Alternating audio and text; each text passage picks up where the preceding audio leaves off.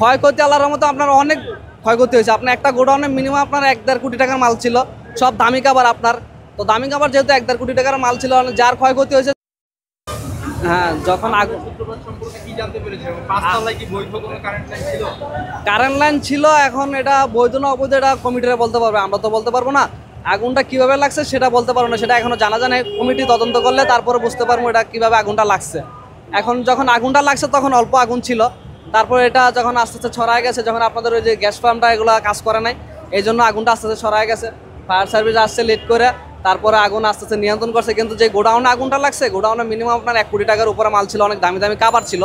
এখন একটা যখন আগুনটা লাগছে, যে কোনো বিষয় থেকে আগুনটা লাগছে, এখন কারেন্টের থেকে লাগছে নাকি অন্য কোনো সূত্রপাতে লাগছে এটা এখনো জানা যায় নাই। এখন ওটা যখন ছোট একটা আগুন লাগছে, আগুনটা আস্তে আস্তে ছড়াই দিচ্ছে, তো পুরো গোডাউন ছড়াই গেছে, আশেপাশে কোনো গোডাউনে ছড়ায় নাই। আর যদি আমাদের মার্কেটের যে গ্যাস পাম্পগুলো ওগুলো যদি ঠিক মতন কাজ করতো, ওগুলো যদি ভালো থাকতো, তাহলে আগুনটা তো বড়সড় হয় না, অল্প থেকে আগুনটা নিয়ন্ত্রণ করা যেত।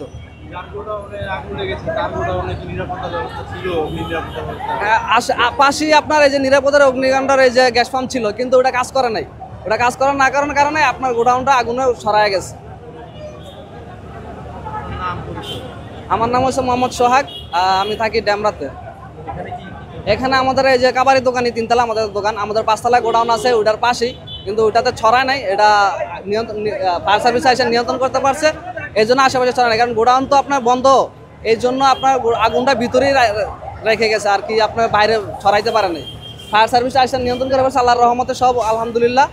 আর যদি ফায়ার সার্ভিস আরও আসতে লেট করতো, তাহলে আশেপাশে আরও 2-3টা গোডাউনে ছড়াইতে পারতো।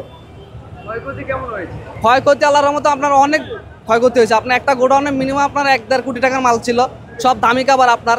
তো দামি কাবার যেহেতু 1-1.5 কোটি টাকার মাল ছিল, যার ক্ষয়ক্ষতি হয়েছে তার একজনের ক্ষয়ক্ষতি হয়েছে, আশেপাশে কারো ক্ষয়ক্ষতি হয় নাই, শুধুমাত্র একজনেরই হয়েছে। শুধু 5 তলাতেই লাগছে, আশেপাশে ছড়ায় নাই, নিচেও আসে নাই, শুধু 5 তলাতেই। না, আহত কেউ হয় নাই। আহত হওয়ার আগে সবাই সরে গেছে, নিরাপদ স্থানে চলে গেছে, আহত কেউ হয় নাই। ফায়ার সার্ভিসে আপনার 11 থেকে 12টা ইউনিট আসছে, তারা খুব সুন্দরভাবে কাজ করছে। যদি তারা আরো দ্রুত আসতে পারতো, তাহলে আরো এত ক্ষয়ক্ষতি হতো না, আরো হয়তো বা ক্ষয়ক্ষতি কম হতে পারতো।